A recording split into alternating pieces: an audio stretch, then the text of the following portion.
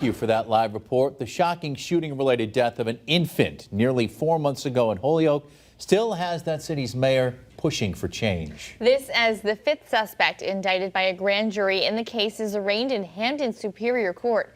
Western Mass News reporter Reagan Lokri joins us live in Holyoke after getting answers from the mayor on how he plans to keep the city safe now that these suspects are off the streets. Reagan?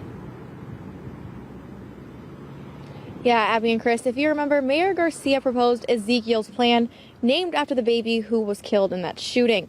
Now, although he did not get that $1 million in funding he was hoping for, he assures me he still has a plan to combat crime. Back on October 4th, just after 12:30 in the afternoon, an altercation broke out on Sargent Street in Holyoke, leading to a tragedy that sent shockwaves through the city. On that fateful day, a pregnant woman was hit by a stray bullet while riding a public transportation bus. Her baby, who she planned to name Ezekiel, was born and later died from his injuries.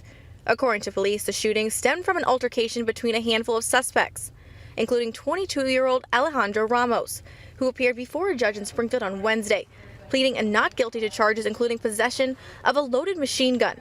He is one of 5 suspects indicted by a grand jury in this case.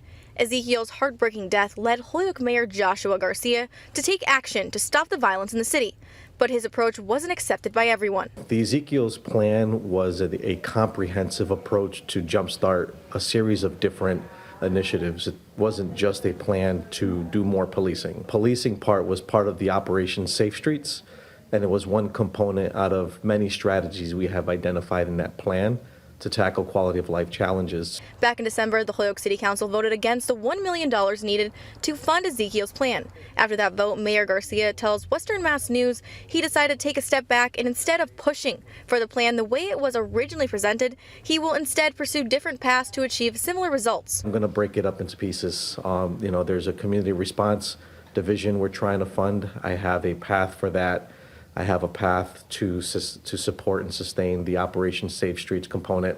For example, Garcia wanted to grant $200,000 to local community organizations, which would go towards youth engagement and keeping them off the streets. However, there are some things they will be able to accomplish, like working on more proactive versus reactive approaches with policing. Knocking on doors in my downtown neighborhood right here, particularly the 4 Senses tract that makes up downtown. And I've never heard anybody tell me they fear the police. Instead, what they're telling me is, where are the police? Garcia says they are working on more community policing and getting officers out on foot or on bikes. He adds they also want to engage in a task force that is going to tackle any crime hotspots in the city, as well as installing a citywide camera system that will tie into their current ShotSpotter system.